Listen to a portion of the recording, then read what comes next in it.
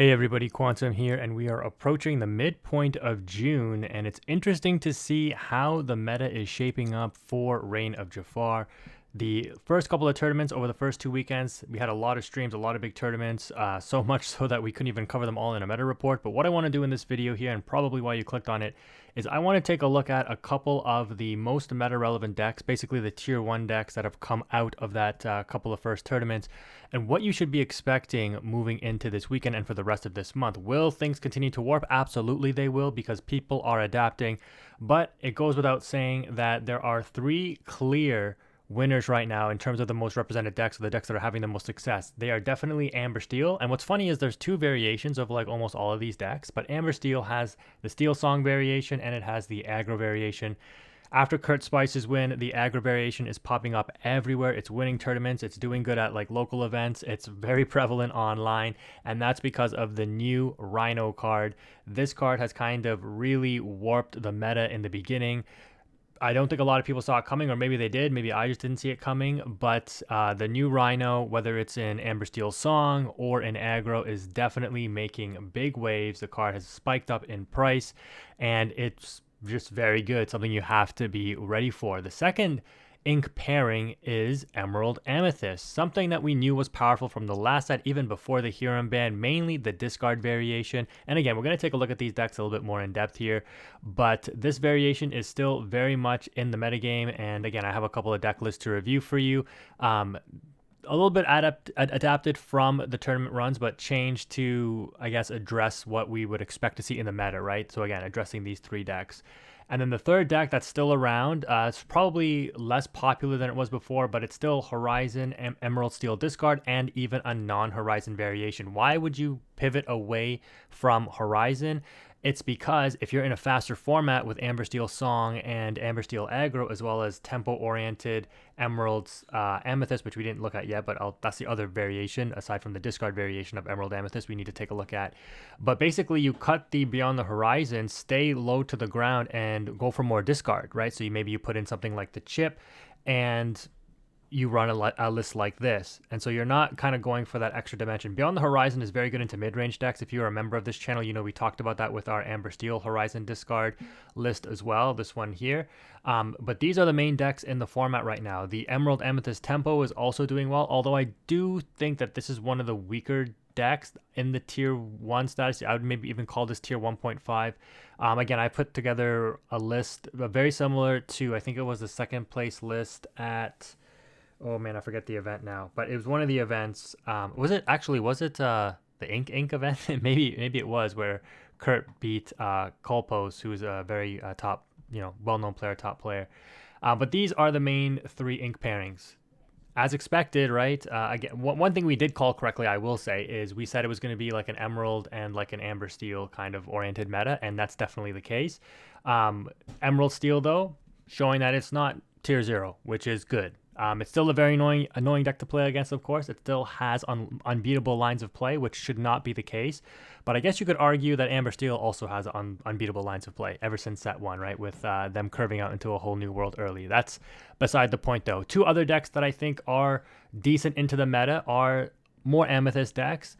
Blurple, I think, definitely has some play into the meta, although this deck definitely can feel like it gets run out very, very easily sometimes. But if you get a good curve and you're able to ramp into the Monstro, once this thing comes down, it can easily mop up the aggro decks. If you like double ramp or get this out early, and you have good stabilizing options into mid-range. And the issue with Blurple is you have no answer to Prince John, right? Like if Prince John hits the board, and this is what I mean, right? By Prince John being a problem, like there's literally nothing that this deck does into Prince John, right? If they just keep that Prince John readied up, you have no way to deal with it. Like you could potentially lose to it, right? So that's one of the reasons why that deck is a little bit on the back foot, because as we know, there are two tier 1 decks utilizing Prince John and Emerald Amethyst and Emerald Steel. So it's a bit of a risk running Blurple for that reason. Ruby Amethyst, always a little bit more versatile, right? It obviously has the Be Prepared, and if you're running the Shark variations, you can always grab back a Be Prepared. But this deck is also in a precarious position because basically all of its worst matchups, Emerald Amethyst Tempo, discard decks, and Emerald Steel and Emerald Amethyst, as well as very hyper aggressive aggro decks and Steel Song, which is kind of like a 50-50 matchup. Ruby Amethyst does well into mid-range, right? Ruby Amethyst does well into control decks. It is a control deck. So while this deck can still beat any deck on its day, depending on how the opposing deck curves out, it's why this deck probably finished second at the big SSG tournament, right? There is still a lot to be, I guess, concerned about if you're playing a deck like this. Again, you can out-tempo your opponent. You could have a better curve out than your opponent. This is a mid-range deck. You have the answers for everything technically. The issue is, can you tech well enough into the meta to combat some of the things that beat you? Mainly, can you combat the aggro strategies? Things like Crab and Foxes making their way back into the deck. Well, Crab should always have been there, but Foxes were cut. Some, a lot of people still included them. Do you still need to run the heavy evasive package? Not only is this good to counter the evasive meta in Emerald, Amethyst Tempo, and the discard decks for Diablo, but this is good questing pressure in and of itself, right? Having Rush on Peter Pan and Iago acts as like a pseudo Maui in so much that you could maybe even afford to cut Maui Hero to all, which is crazy to say, but that card being so expensive, how much value do you really get by the time that comes down if your opponent's already on 15, 16 lore, right? Do you need other tools that are more easily utilized, like Crap comboing up with Diablo, with Queen of Hearts, things like that in order to slow things down? One of this tech to Elsa, I've been testing this out, and this is probably just a spice option. I do like this. I mainly was using it in Blurple though, and it was working very nicely. But with Blurple, I'm running like 4 Finders Keepers, so it was pretty easy to be like, yeah, I have cards to utilize this. But this card being able to shut down a lot of the aggressive threats is pretty nice, in so much that I've opted to include Finders Keepers back in Ruby Amethyst. This card is also pretty good. It's like a Bell, being able to move damage, but it moves damage from each character instead of a single character. But also, it's a draw card. It can potentially draw you 2 to 3 cards and out an opponent's card at the same time. If you do get this card off, it's almost like a game-winning play. It's that strong. You remove a significant threat and you heal up some of your characters, but obviously the main thing is you out a significant threat and you draw cards.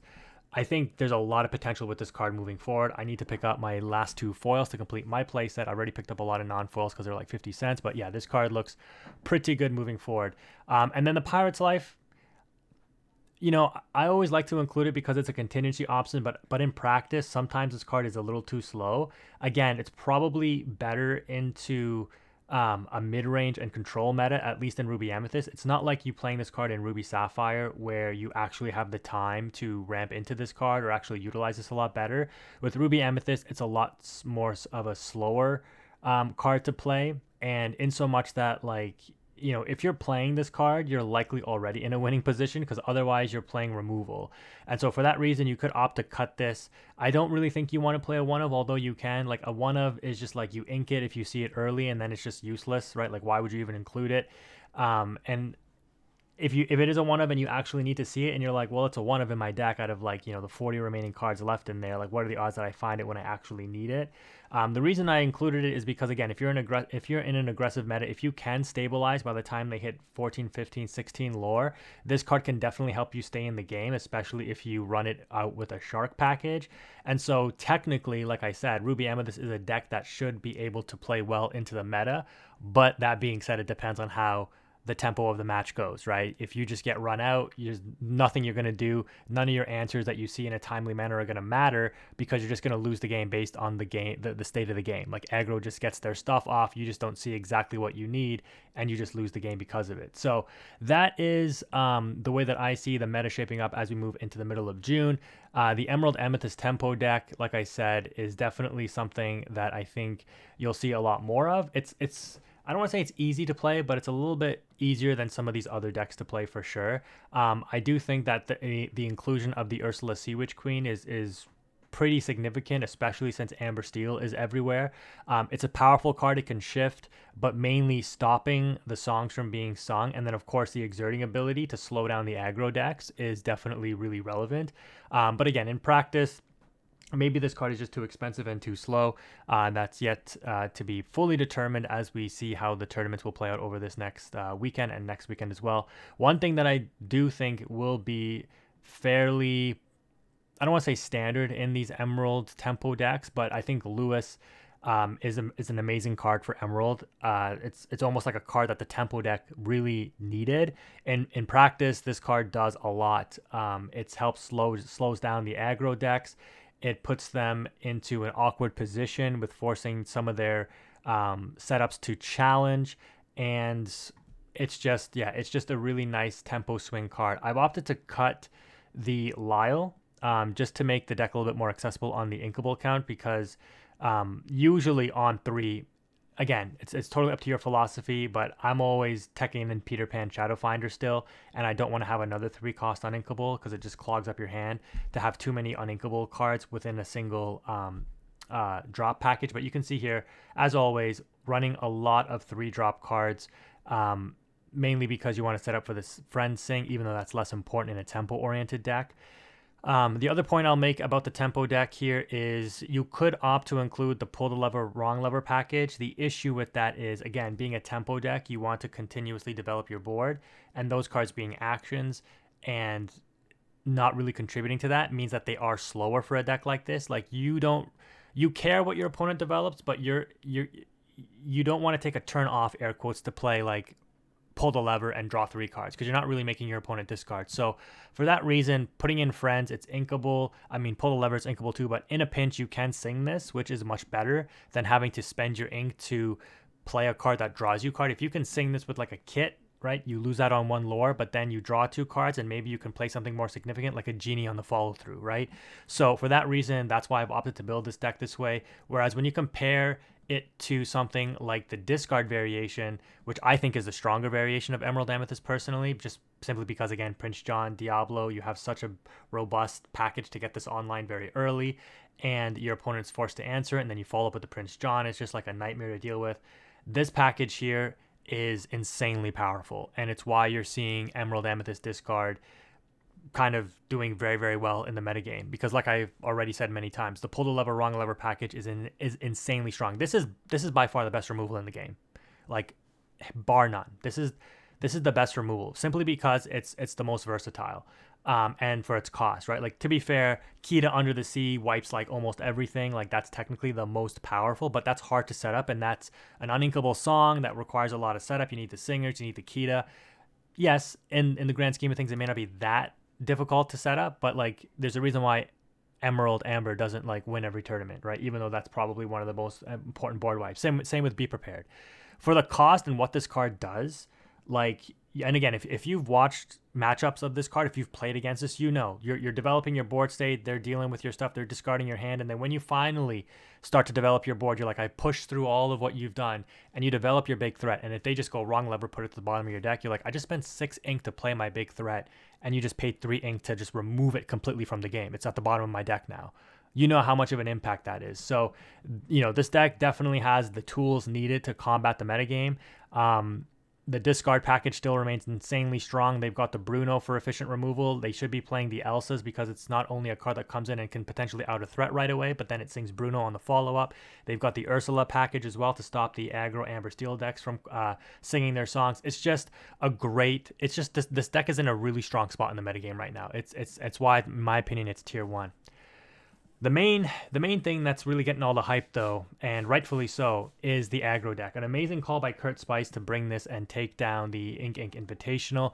And the main reason is because this is one of the decks that definitely can get under the discard deck. And again, if you've played this, I've tested this a little bit. It's insanely powerful. You can basically dump your hand out by like turn 3. So before they can even get any Prince John value off discarding you, if you're against the Tempo Emerald Amethyst or the Emerald Steel deck, this deck can just run out a bunch of threats and just basically win the game before you even like realize what's happening. To be fair, it is an aggro deck and it does have a lot of vulnerabilities, but people haven't really been able to test but tech for this kind of matchup yet. When they do start teching for it, you will see that this deck probably falls off a little bit, and you're already seeing that online. I made a member only video where I talked about this deck being everywhere and just like stomping a lot of things. But recently, like, again, if you've been testing, there have been people teching in direct answers to this deck, right? One of the biggest things is, how do we deal with the Rhino? Everybody's talking about, what do I do to deal with Rhino? Of course, Amber Steel Song, one of the strongest interactions is their own Rhino or another shift package, or the Troubadour or Ursula singing Zeus, because Zeus deals 5 damage, gets over the resist, deals the 3. People teching in Bell and other things to move damage counters in the Amethyst decks in order to reduce, I guess you can call it the shield of the hamster here, right? And then now it's vulnerable after it loses its resist. We've seen the other steel decks, mainly Amber Steel Song, teching back in Grab Your Swords. I've talked about this again in that member video where I covered it. This deck is still a very versatile deck, though. I do think the Dwarven Mine is the better variation because, again, it gives you a little bit more play into the mid-range if your opponent does have some answers. But it's still a very, very strong deck. There's a case to be made, too. You can put in the bodyguards to protect things like your piglets and your pennies and your ladies. But, again, there are answers to this deck. It is a very strong deck, though, and it is something you really have to be wary of. This variation, actually, I didn't edit it completely. You should probably cut these Mulans. There is another variation of this deck that doesn't play the Rapunzel. And I think I talked about this in the member video as well. I think it's still private, this one here. And the reason is if, like, the Rapunzel traps that you can set up with this deck require a couple of things, right? They require basically sometimes your opponent to play into it, which they may not do. And it requires you to play a number of characters that are X and 3, X and 4, so that you actually get good value off the Rapunzel, right? And so sometimes that could be a case to say, like, I don't want to play the Rapunzel. And so you can go with something like the Desperate Plan and then the Mulan to sift through your deck and maybe discard the Desperate Plan if by chance you happen to have both. But the Desperate Plan and the Docks are ways to refill your hand. The Dock is still the strongest play, but the Desperate Plan giving you +3, you know, the saying goes with these aggro decks, it's like you may have one or two answers, but if I constantly just top deck and play a card, right, you have to have answers every turn, because by the time or you develop your board, right, to start answering my threats, I might already be at 16, 17 lore, and I'm top decking. I top deck a Daisy. I demand that you have the answer. Otherwise, I'm going to 19. I'm going to 20, right? And you may answer it, and then I'm going to drop a Smee, and then I'm going to drop a Lady, and then I'm going to drop a Piglet, and then I'm going to drop a Penny. It's like you need answers every single turn, and you're going to run out eventually, right? You're just not going to have that much removal to constantly deal with these threats. You can see here, look at the curve of this deck. It's absolutely crazy.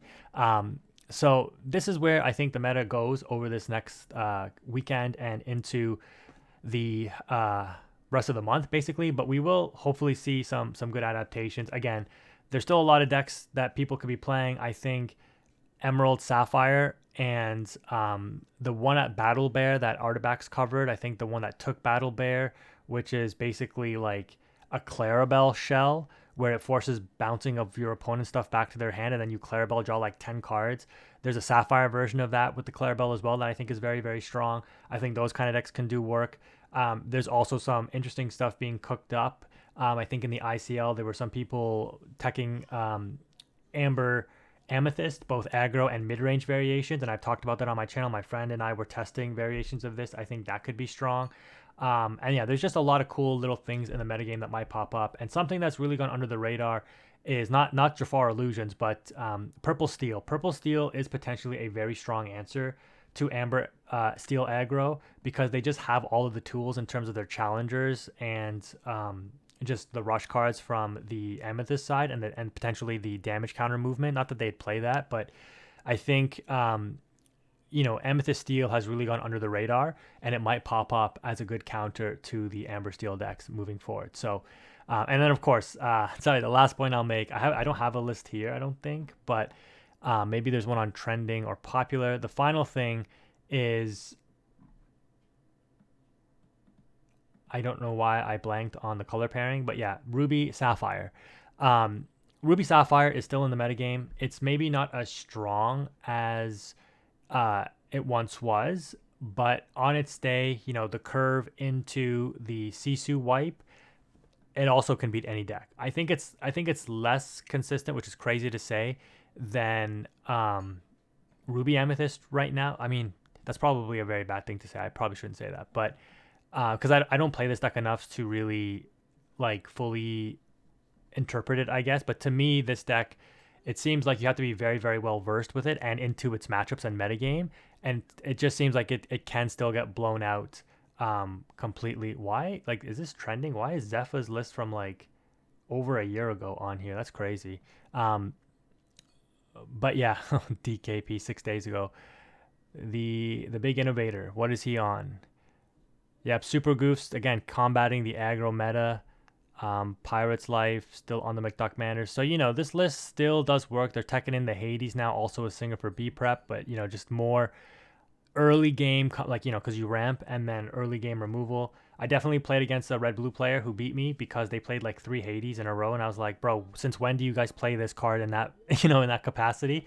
I just wasn't expecting it. It just goes to show you the power of tech options, right? I was playing into this Hades like hardcore, and I was just like, okay, he played the first one. I was like, all right, sure. He plays the second one. I'm like, what? And then he played a third one. I'm like, I guess I just lose the game now. So cool. um, but yeah, this deck is definitely still around and a threat in the metagame, but I wouldn't say it's tier one. The tier one decks, I think, are definitely the faster tempo and aggro oriented decks, and then the one control deck in the steel. So that's going to wrap it up for this video. Let me know what you think of this very brief, proactive, I guess you could say, almost meta analysis. Let me know if you like these kind of videos instead of just looking at, you know, what decks are performing well in tournaments. We're taking that and we're saying, what do we expect to be the next big thing moving into the metagame, or for the rest of the, or for the next weekend or the rest of the month. Okay, that's gonna wrap it up. Let me know what you think. Quantum is out.